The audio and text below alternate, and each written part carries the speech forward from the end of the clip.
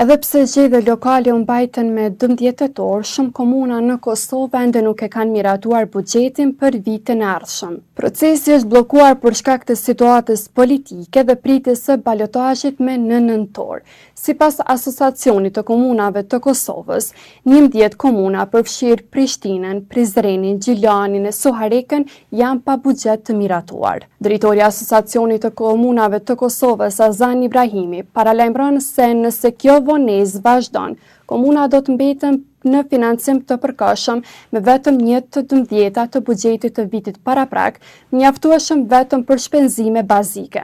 Por gjendja më shqetësuese është në Prishtinë. Sipas analistit të Institutit GAP, Bekim Salihu, kryeqyteti po përballet me falimentim funksional. Ai ka deklaruar se komuna nuk ka arritur të bëjë pagesa për KEC, për punëtorët teknik të shkollave dhe qendrave shëndetësore, si dhe për kompanitë e kontraktuara për mirëmbajtje. Nuk janë siguruar as dru, pelet apo naftë për ngrohje në objektet publike, thot Salihu. Salihu ka shtuar se situata është serioze dhe kjo gjendje është pasojë e qasjes jo fleksibile të LDK-s dhe dëshirës së madhe të vetëvendosjes dhe PDK-s për dëmtuar qeverisjen e LDK-s në kryeqytet. Mosmiratimi i buxheteve po ndikon drejt për drejt në jetën e qytetarëve, nga pagat, ndriçimi publik deri te ngrohja në shkolla. Nëse situata nuk zgjidhet para miratimit të buxhetit të shtetit, shumë komuna rrezikojnë të mbesin në bllokat financiare.